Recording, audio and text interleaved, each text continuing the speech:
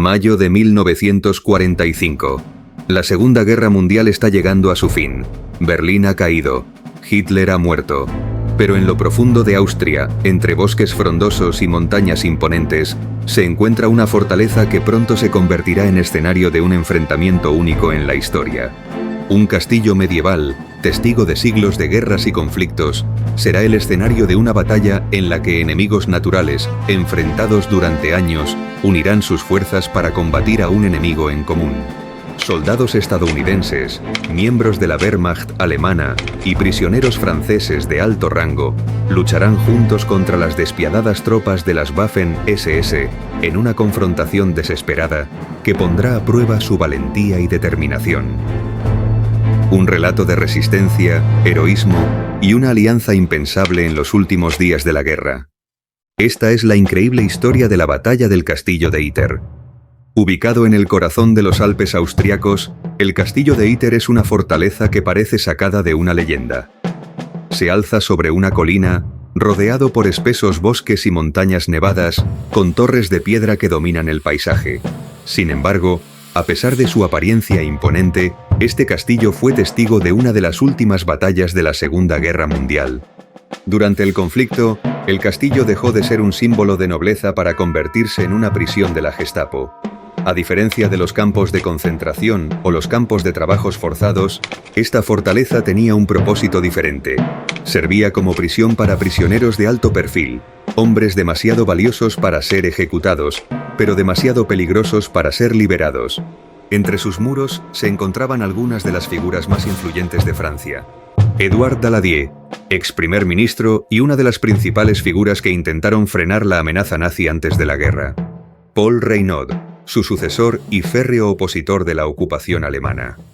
Los generales Maxime Weygand y Maurice Gamelin, altos mandos militares franceses, cuyas estrategias determinaron el curso de los primeros años de la guerra. Jean Borotra, un célebre tenista y político, que más allá de su fama en las canchas, se convirtió en un símbolo de la resistencia contra el nazismo. Además, familiares de Charles de Gaulle y otros líderes influyentes. Estos hombres vivían en condiciones relativamente cómodas en comparación con otros prisioneros de guerra. Sin embargo, estaban constantemente vigilados y aislados, sin saber qué destino les esperaba.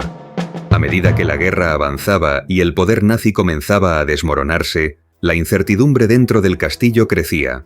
Berlín había sido reducida a escombros por los bombardeos y el avance del Ejército Rojo. Hitler se había suicidado en su búnker y las fuerzas aliadas avanzaban sin resistencia real a través de Alemania y Austria. El caos reinaba en las filas alemanas.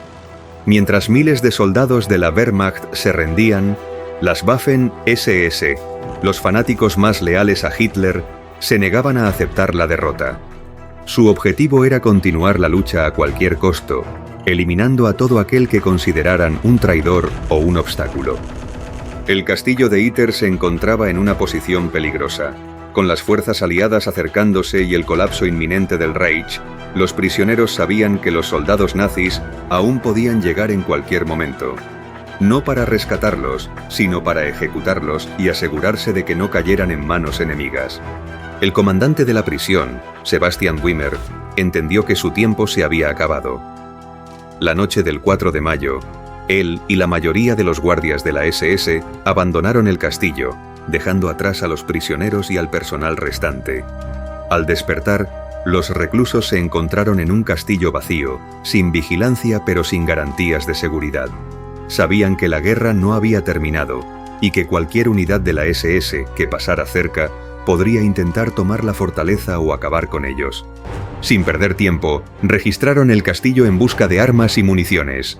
Encontraron fusiles, algunas granadas y pistolas, pero sabían que no serían suficientes para resistir un ataque organizado. Necesitaban ayuda. Aquí es donde entra en acción un inesperado héroe, Zvonimir Chuchkovich, un partisano yugoslavo que trabajaba en el castillo como mensajero. Consciente del peligro, tomó una bicicleta y recorrió más de 60 kilómetros a través de territorio aún controlado por los nazis.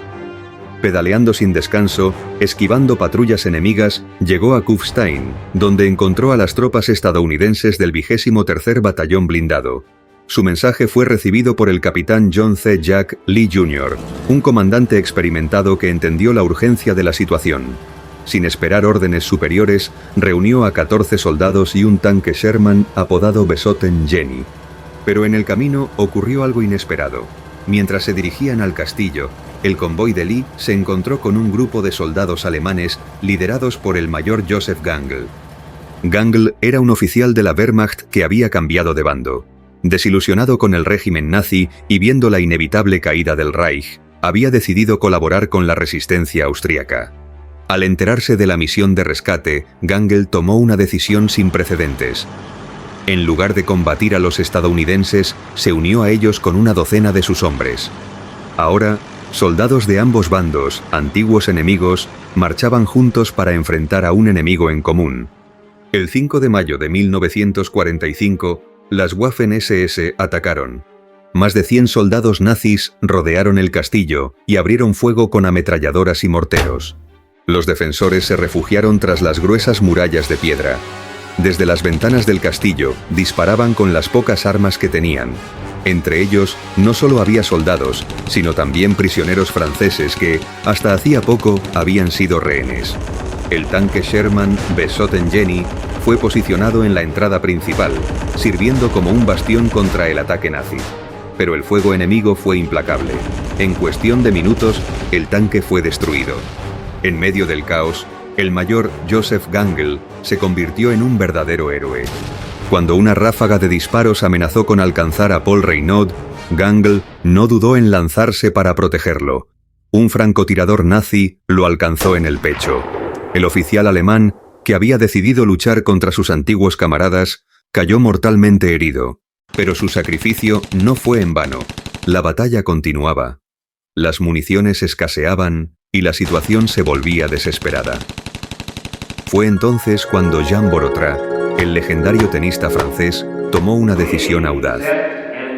Saltó los muros del castillo y, esquivando balas, corrió varios kilómetros hasta encontrar a las tropas estadounidenses. Gracias a su valentía, los refuerzos del 142º Regimiento de Infantería llegaron al castillo. Al verse superados, los soldados de las Waffen-SS intentaron huir o se rindieron. La batalla había terminado. Este enfrentamiento es considerado la última batalla de la Segunda Guerra Mundial en Europa. Apenas 2 días después, Alemania firmó su rendición incondicional. Hoy, el castillo de Iter sigue en pie como testigo de una historia increíble. Una historia en la que antiguos enemigos dejaron de lado sus diferencias para luchar contra un mal mayor. ¿Conocías esta historia? Déjanos tu opinión en los comentarios. Si te apasionan los relatos de la Segunda Guerra Mundial, suscríbete al canal y activa la campana para más contenido. Nos vemos en el próximo vídeo. Gracias por ver.